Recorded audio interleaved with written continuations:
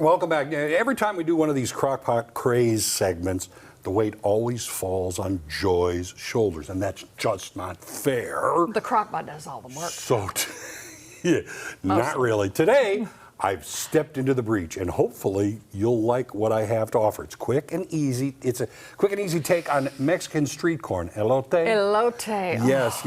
Now, yeah. keep in mind, this is not the real deal. There's no grilling, no husk. There's not even a crock pot. It's just craze today. Anyway, maybe think of it as a, this will hold me until I can get the real thing substitute. It's going to be great. Are you kidding? All right.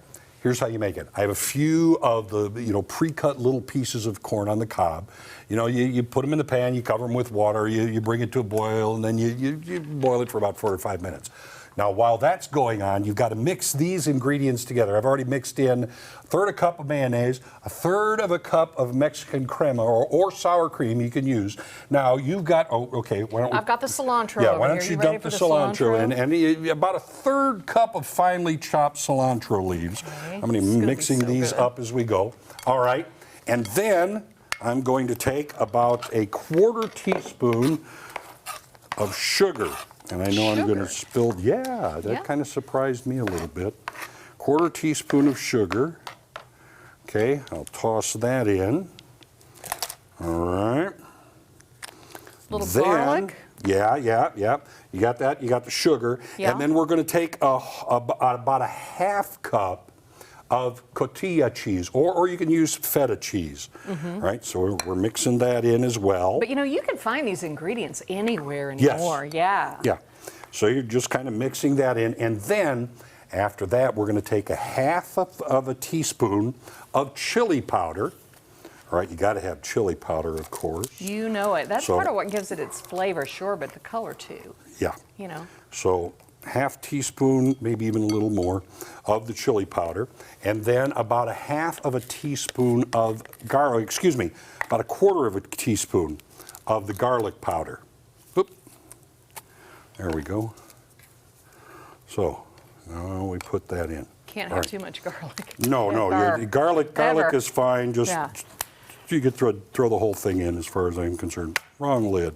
Now, you got lime juice. Now, or do we sprinkle that after? You got it cut in a half? All right, just squeeze that in there. But it's the juice of about a 1/2 lime. Okay. All right? I'm going to get this all mixed up. This is going to be so good. Yeah. Now, we've got our corn just sitting there ready.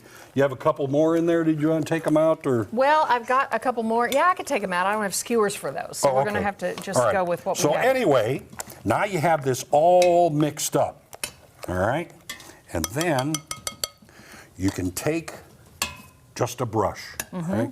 Take a brush and just start spreading it on these pieces of corn. Yeah, see now if you have the assistant chef for the moment there, that can kind of... Look at that.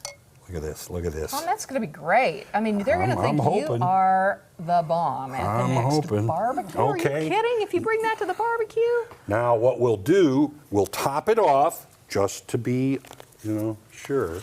Yeah. With a little bit of chili powder. A little bit of chili powder for color. Might throw a little bit of cilantro on mine. But aren't those gorgeous? And if you have a can of corn, like whole corn, or you have some fresh whole corn, you could just mix this up and do the same thing. If you don't want it on the cob, that's okay, because it does work. You just cook it up and you mix this up. You going to try that? I'm going to try it. All right, I'm going to try. It's going to be really drippy.